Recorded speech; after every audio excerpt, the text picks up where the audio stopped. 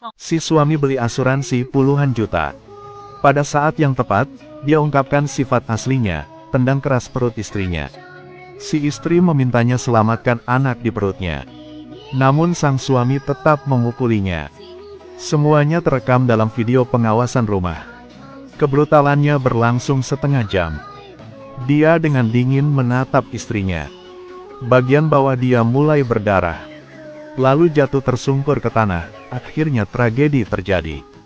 Dia diselamatkan dari bahaya yang mengancam nyawanya. Tapi dia kehilangan anaknya yang belum lahir. Saat ini, hati wanita itu sudah mati. Tapi ironisnya, sang suami memakai topeng. Tunjukkan sikap dia sangat mencintai istrinya. Dia beritahu dokter. Si istri yang tak sengaja terjatuh di tengah malam. Saat ketahuinya, dia segera bawanya ke rumah sakit. Lalu dia berlutut saat tidak ada orang di kamar. "Maaf, istri, aku sangat mencintaimu. Aku jamin bahwa akan mencintaimu dengan cara yang lebih baik nanti." Melihat janji suaminya, wanita itu berniat memberinya kesempatan lagi.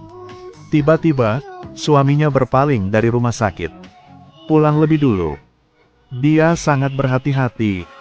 Bagaimana dia bisa lupa menghapus video di kamera pengintai malam itu? Saat ini dia aman pergi. Kemudian berpura-pura memberitahu teman-teman istrinya. Memberitahu mereka tadi malam Lily tidak sengaja jatuh. Dan alasan mengapa dia membuat panggilan ini adalah untuk teman-teman menasihati Lily. Hari ini, sepulang dari rumah sakit, suaminya tidak ingin membuat keributan. Jadi bujuk saja Lily pulang dulu. Semuanya akan kembali di bawah kendalinya. Tapi yang mengejutkan semua orang, menjalani diagnosis dokter, Lily telah kehilangan hak jadi seorang ibu selamanya. Tubuhnya rusak tak bisa diperbaiki. Teman-teman sepertinya sudah menebak sesuatu. Dalam kesan mereka, pria yang tak banyak bicara itu, bahkan saat bergaul dengan mereka selalu menjaga sikap angkuh. Tidak pernah ingin mengatakan sepatah kata pun kepada mereka. Kelola lingkaran pertemanan Lily dengan ketat. Tak biarkan dia berbicara dengan orang luar. Teman-temannya temukan. Dia memasang kamera pengintai di mansion. Mereka semua wanita.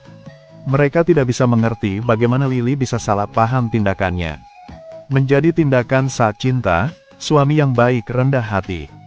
Pikir di sini, teman-teman coba mengujinya. Mengapa kau tidak memberitahu dokter bahwa suamimu memukulimu? Tidak, dia tidak memukulku. Aku tidak berhati-hati jadi jatuh. Mereka semua paham. Lily menyembunyikan sesuatu. Tidak tahu bahwa suaminya selalu berjaga di depan pintu. Mencoba menguping pembicaraan mereka. Lalu mendekati Lily lagi. "Ayo, kita pulang bersama." Lily mencoba tersenyum. Dia tahu bahwa bahkan ketika temannya ada di sini, dia juga tidak bisa lepas dari cengkeraman suaminya. Sesampainya di rumah, teman-teman pura-pura tidak peduli dan berkata, "Anda dapat segera kembali bekerja. Biarkan Lily di sini agar kami mengurusnya." Tapi dia langsung menolaknya. "Bagaimana aku bisa meninggalkan istriku di sini?" Wanita membuat alasan lagi. Buat dia pergi mendapatkan obat yang diresepkan rumah sakit.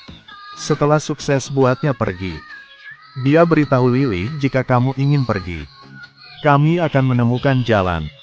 Sudah lama Lily tunggunya pergi. Tapi mereka belum sempat bicara. Pria itu kembali lagi. Sekali lagi berpura-pura menjadi suami teladan. Katanya, "Kalian sudah menghabiskan 1 hari dengan istriku. Pulang lebih awal dan istirahat." Lalu tak tunggu mereka. Dia memaksa Lily kembali ke kamar tidur. Lalu pergi ke ruang pemantauan dan tunggu teman-teman Lily pergi. Pria itu lagi pergi keluar. Dia membeli cincin berlian raksasa. Dari sini kita bisa dengan mudah melihat. Dia adalah orang yang tidak menentu. Biasanya dia mungkin sangat cintai Lily, tapi saat ada yang buatnya tak senang, sifat jahatnya akan terungkap. Dia pikir hanya membuat sarapan atau memberikan cincin bisa meringankan rasa sakit yang harus ditanggung Lily. Tapi untuk orang seperti dia, bagaimana dia bisa mengerti Betapa artinya seorang anak bagi ibunya. Lily terlihat tenang di permukaan. Namun dalam, dia menjijikkan pria ini, tapi harus menahan di depan suaminya. Ia paham suaminya dengan baik. Hari ini dia bilang, "Aku tidak merasa bahagia sekarang apa adanya." Kalimat ini menyentuh saraf sensitifnya. Dia teriaknya pada Lily. "Apakah aku memperlakukannya dengan buruk? Tidak ada seorang pun di dunia yang mencintaimu lebih daripada aku." Lily segera menyadarinya. Dia mengatakan sesuatu yang seharusnya tidak dia katakan. Tapi suami masih belum puas. Dia menjambak rambutnya dengan kasar. "Itu semua salahmu. Karena kamu, aku kehilangan bayiku." Dia tekan Lily ke dalam bak, setelah ditekan beberapa kali. Lily tidak tahan dengan siksaan itu. "Akui itu semua salahnya."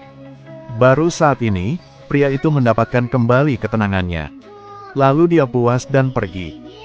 Dan ini adalah pukulan terakhir yang membuat Lily kewalahan. Dia datang dengan ide gila. Si istri yang hamil sering dipukul oleh suaminya. Wanita itu berpikir jika berhenti dari pekerjaannya, tinggal di rumah sebagai ibu rumah tangga, dia akan menerima kehangatan dan kebahagiaan keluarga. Tetapi suaminya, apakah pekerjaannya tidak lancar, atau nasinya tidak enak? Dia selalu ingin menyiksanya. Kali ini, dia terluka parah dan harus dirawat di rumah sakit. Kehilangan anaknya yang belum lahir untuk selamanya. Sang suami pura-pura minta maaf. Berlututlah dan minta maaf kepada istrinya. Berjanjilah untuk tidak pernah melakukan ini lagi. Tetapi wanita itu tahu pasti dia tidak akan bertobat. Tapi untuk melindungi diri sendiri. Di permukaan, dia hanya bisa menuruti suaminya, tapi di dalam hatinya, dia menyusun rencana gila.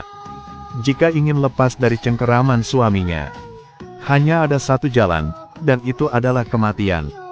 Baru-baru ini, di bawah nasihat temannya, untuk meringankan rasa sakit kehilangan anaknya, mereka berencana pergi ke pantai bersama. Tapi Lily tidak bisa berenang dan selalu takut laut dalam. Tapi kali ini, anehnya, ekspresinya sangat berani. Bahkan lebih tidak biasa. Tetangga mengatakan sebulan yang ini, akan selalu ada orang yang berenang di pantai larut malam. Di malam hari dia menelepon suami Lily. Sejak itu tidak ada yang menjawab. Yang Lily buru-buru mengubah topik pembicaraan. Mengatakan dia merasa sedikit tidak nyaman. Perlu istirahat. Sang suami meskipun keraguannya, tapi tak terlalu dipikirkannya.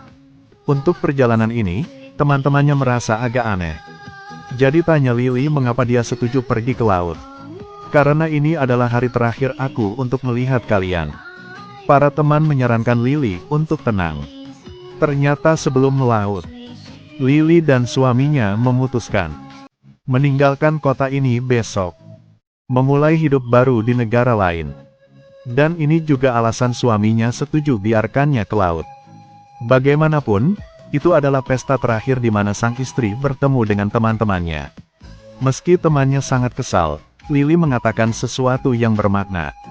"Besok kalian akan tahu." Pria berdiri di samping sambil makan. Menunjukkan sikap seperti di rumah. Memerintahkan Lily sudah waktunya untuk mengambil ramuan. Tapi dia tidak sangka. Lily melemparkan ramuan itu ke laut. Terus terang mengatakan bahwa dia tidak sakit.